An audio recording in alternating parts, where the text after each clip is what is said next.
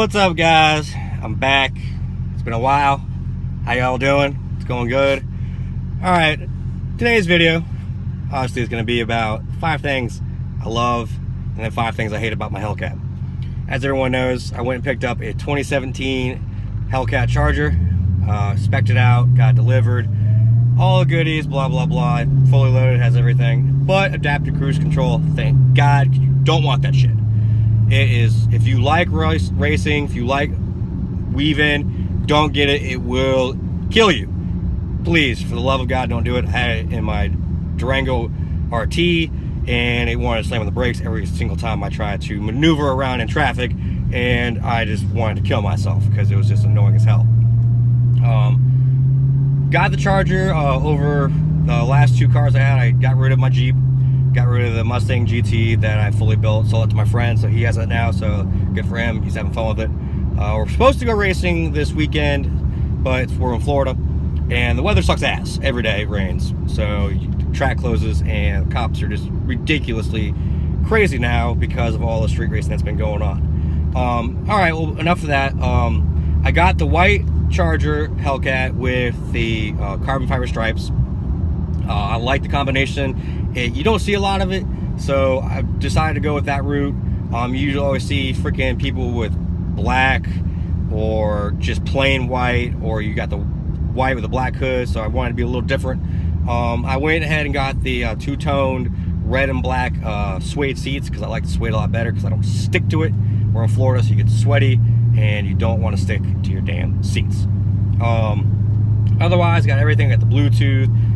The new ones come with Apple CarPlay, which is pretty badass considering I have an Apple product for a phone. So you hook that up and it just does all the stuff that you usually can't get unless you buy a Chevy. So now, fuck you Chevy, I have it too. Things I love about the car, it rides so smooth. Everyone always talks shit saying, oh, it's a boat, oh, it can't handle, oh, it can't do this, can't do that. Well, guess what? It's a heavy car, and that means one thing: it rides smooth. It rides smoother than my C63 AMG S that I recently had. It got rid of. Blows that out of the water. It's so smooth. I can go over bumps. Doesn't do shit. The car sound deafening is ridiculous. I literally, if I have the radio playing at all, I can't even hear my exhaust, and I straight piped it. So it's loud as hell on the outside, and I could barely hear it. No road noise. You don't hear anything on the road. You don't hear going over bumps, either cars, traffic, nothing. I don't even have the music on right now, and I barely can hear my exhaust. So that's great. I love it. As you can see in the back, I got the car seat. Got a kid, so I don't want it to be stupid ass loud all the time and wake his little ass up because he's a damn terrorist and he goes crazy. It's ridiculous. So if you're not ready for a kid, there's an excuse right there. They are nuts. I love the car. It handles, it maneuvers a lot better than people give it credit for. I mean, I could sling this thing around corners pretty well for being such a heavy, big car. There is some body roll to it, but it's not crazy like people want to over exaggerate. You see these reviews all the time, and majority of the time people don't own the car, so they ain't daily driving it, they ain't taking it around, they ain't taking it to the track. So honestly, I think their opinion is shit, because unless you drive it for a while or a week or more, I really don't give a shit what you have to say, because you're in it for an hour or two and that's it. Or you're just test driving it like most of these YouTubers do. I bought the car, I own the car, it is mine. I can give you an honest opinion.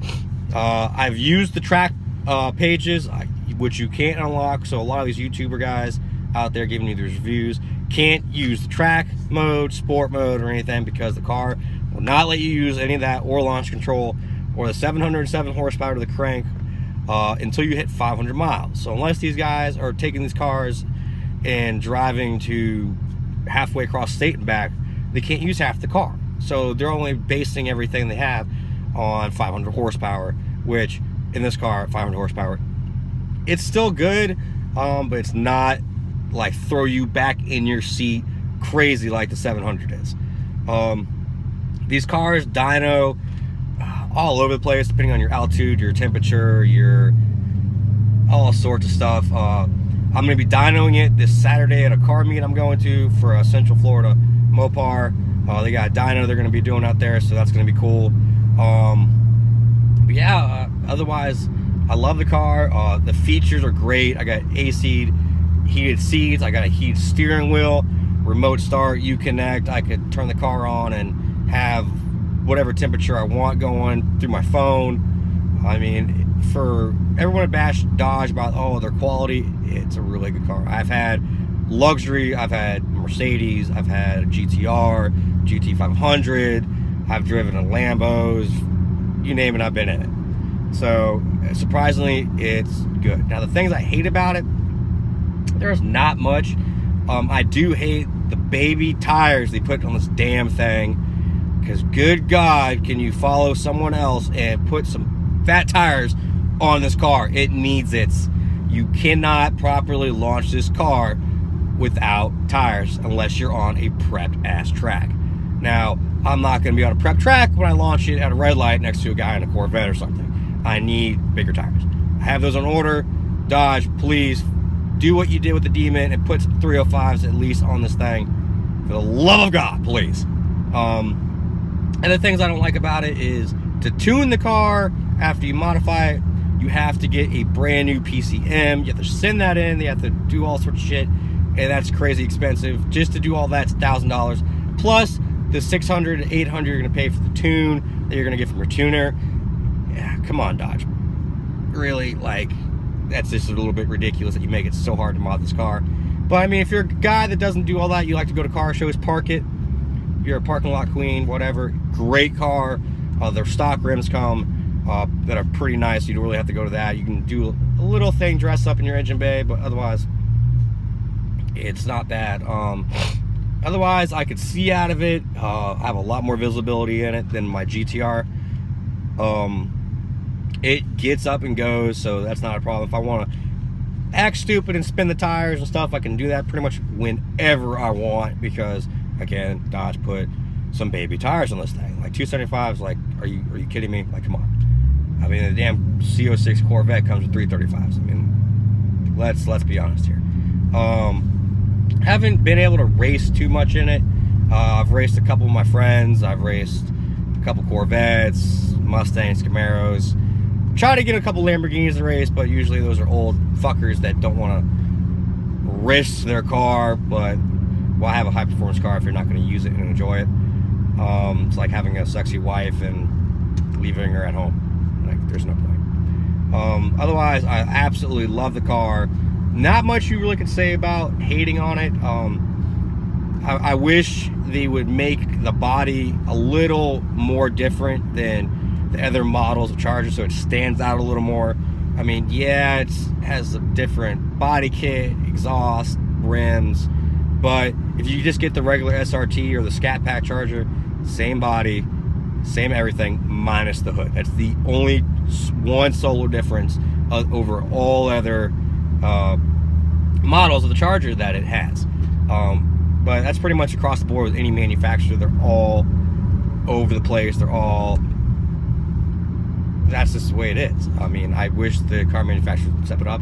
That is the sole thing I do not like about the car. Otherwise, rides smooth. It can get up and move.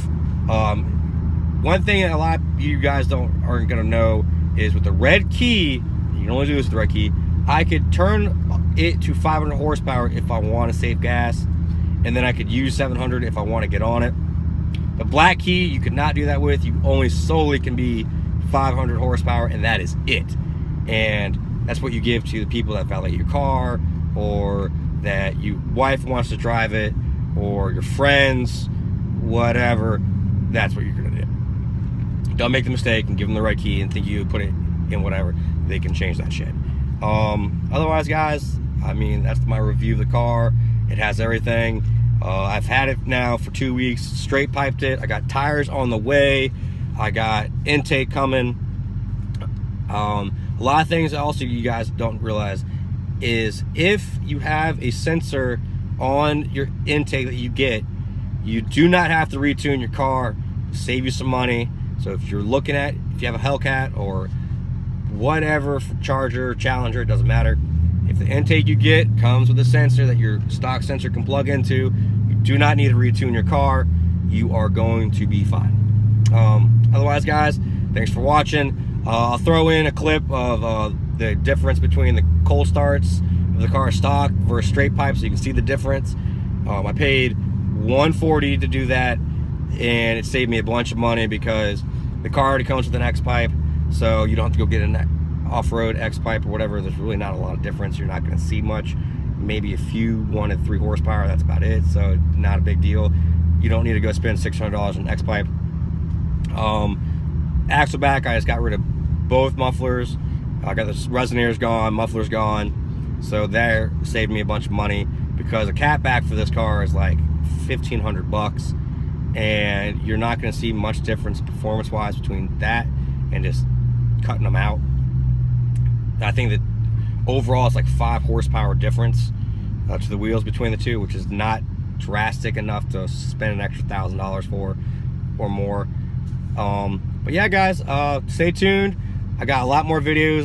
Me and my boy who has a Corvette are gonna race. I'll video that, throw that up on there.